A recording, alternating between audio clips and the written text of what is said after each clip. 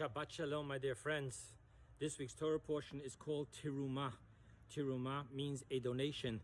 It was a fundraiser that Moses had made in order to gather together all the necessary items in order to build the Holy Tabernacle. What's interesting is that the Holy Tabernacle was precisely dictated by God in the Torah. Exactly what material every item should be made out, what the sizes are, all three dimensions, everything. Nothing's left for granted that we would figure out what's nicest, but rather God himself tells us exactly what he wants every single item to be made out of.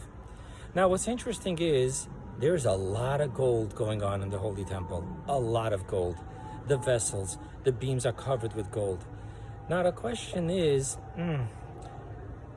why would God want to have everything made out of gold? Why not the humility? Why not the simplicity? You know, I remember as a child, my favorite synagogues were the ones that were simple, small, wooden benches. Walking into these grandeur synagogues just didn't touch me. And I always felt that that's spirituality, to live in the humility. So why the gold? And the Talmud tells us something amazing. The gold, the Nivra Hazov, the entire reason that gold was created was only for the Holy Temple. Okay, that doesn't answer the question, but why? So here's an amazing insight. God told the angels the Torah does not belong in heaven, it belongs down on earth. But everything that exists here physically exists there spiritually. The entire Torah could have taken place on a spiritual level. Why the physicality? So the interesting point of Judaism is that while in other cultures, spirituality has to do with abstinence, separation, isolation, meditation on a mountaintop, no talking, and all those type of stuff, in Judaism, the entire focus of spirituality is in the physical.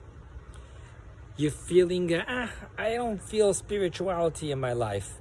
Well, why don't you go to a child in need and give them something?